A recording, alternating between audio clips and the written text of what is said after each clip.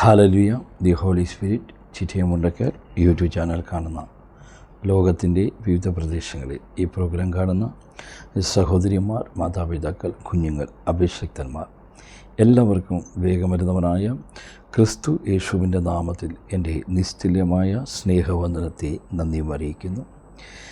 ഇന്ന് സങ്കീർത്തനം 56 അതിൻ്റെ 11 വാക്യം. ഞാൻ ദൈവത്തിൽ ആശ്രയിക്കുന്നു, ഞാൻ ഭയപ്പെടുകയില്ല. മനുഷ്യൻ എന്നോട് എന്തു ചെയ്യുവാൻ കഴിയും?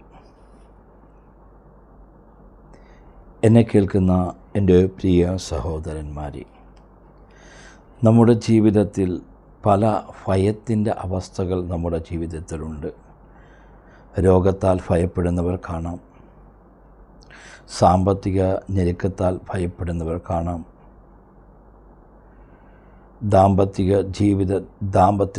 ജീവിതത്തെ ഓർത്ത് ഭയപ്പെടുന്നവർ കാണാം, ബിസിനസ് തകർച്ചയെപ്പറ്റി ചിന്തിച്ച് ഭയപ്പെടുന്നവർ കാണാം, സ്നേഹിതന്മാരെ ഓർത്ത് ഭയപ്പെടുന്ന, നാളെ എന്ത് സംഭവിക്കും, എന്തായിരിക്കും എൻ്റെ ജീവിതത്തിൽ നടക്കുമെന്ന് ഭയപ്പെടുന്ന സ്നേഹിതന്മാരെ ഓർത്ത് ഭയപ്പെടുന്നവരുണ്ട്.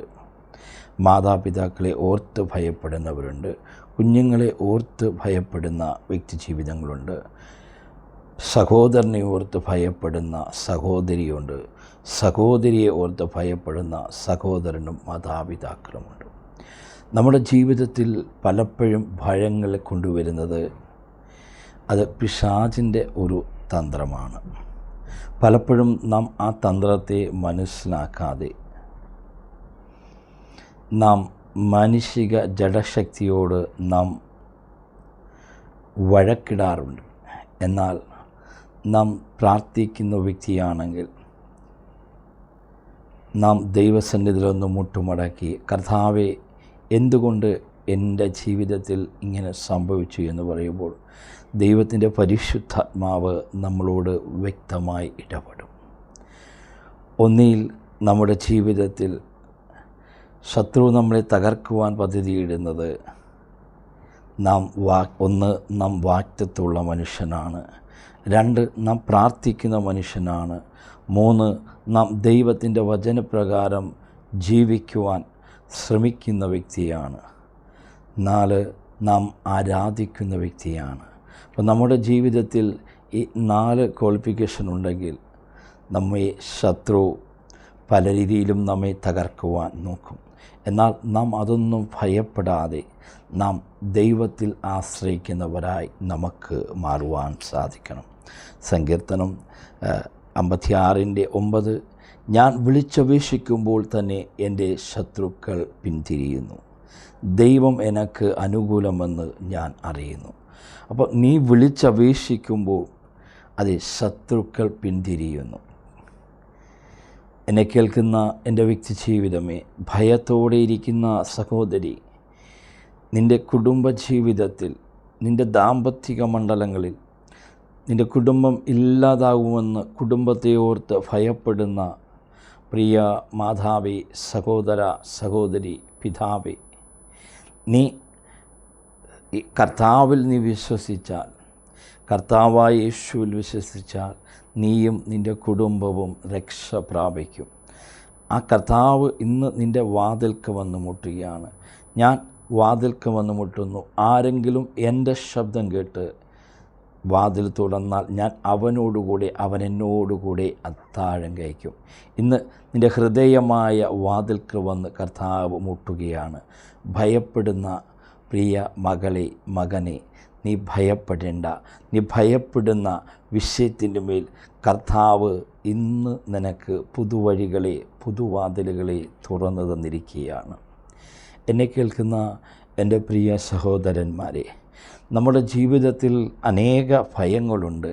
എന്നാൽ നമ്മെ വേദനപ്പെടുത്തുന്ന ഭയത്തിൻ്റെ അനുഭവങ്ങൾ, നമ്മുടെ രക്തബന്ധങ്ങൾ, നമ്മൾ ഉറ്റ സ്നേഹിതർ നമ്മെ ഇല്ലാതാക്കുവാൻ ശ്രമിക്കുമ്പോൾ നമ്മുടെ ജീവിതത്തിൽ ഹൃദയം നുറുങ്ങുന്ന വേദന ഉണ്ടായിരിക്കും.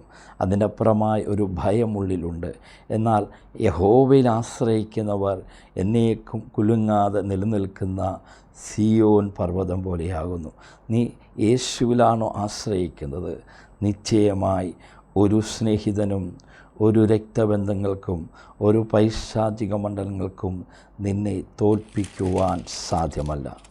അവൻ ദൈവത്തിൻ്റെ മുന്നിൽ അവൻ യാഗമർപ്പിക്കുന്ന വ്യക്തിയാണ്, അവൻ പ്രാർത്ഥിക്കുന്ന വ്യക്തിയാണ്. ആ പ്രാർത്ഥിക്കുന്ന മനുഷ്യനെ ഒരിക്കലും ഒരാൾക്ക് തോൽപ്പിക്കുവാൻ സാധ്യമല്ല. സങ്കീർത്തനം 62:1-2 വാക്യങ്ങൾ. എൻ്റെ ഉള്ളമേ ദൈവത്തെ നോക്കി മൗനമായിരിക്കുന്നു, എൻ്റെ രക്ഷ അവങ്കൽ നിന്ന് വരുന്നു.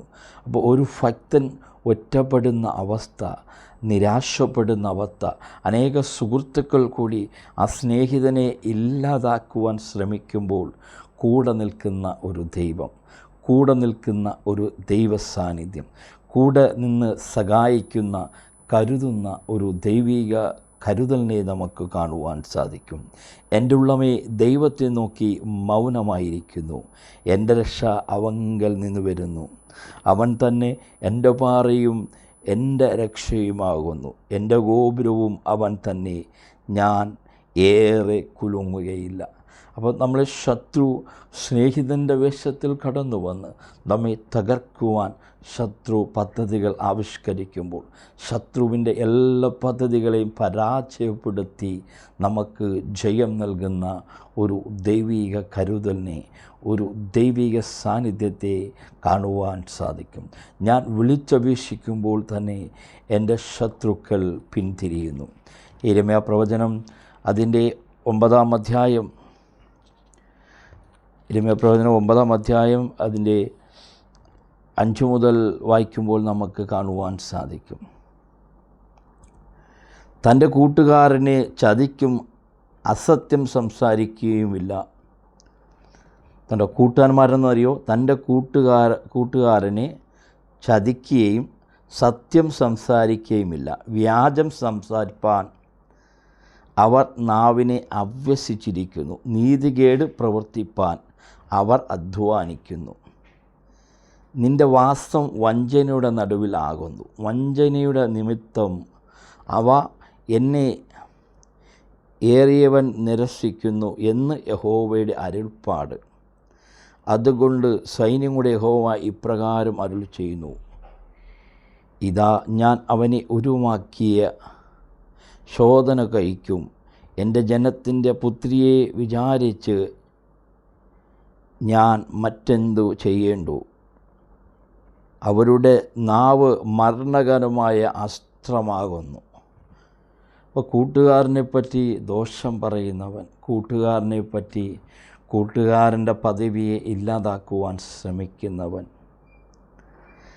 അവൻ്റെ നാവ് മരണകരമായ അസ്ത്രമാകുന്നു.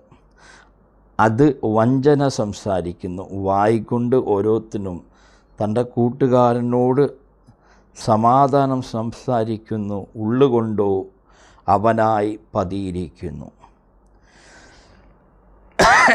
ഇരുനിമിത്തം ഞാൻ അതിനെ സന്ദർശിക്കാതെ ഇരിക്കുമോ? ഇങ്ങനെയുള്ള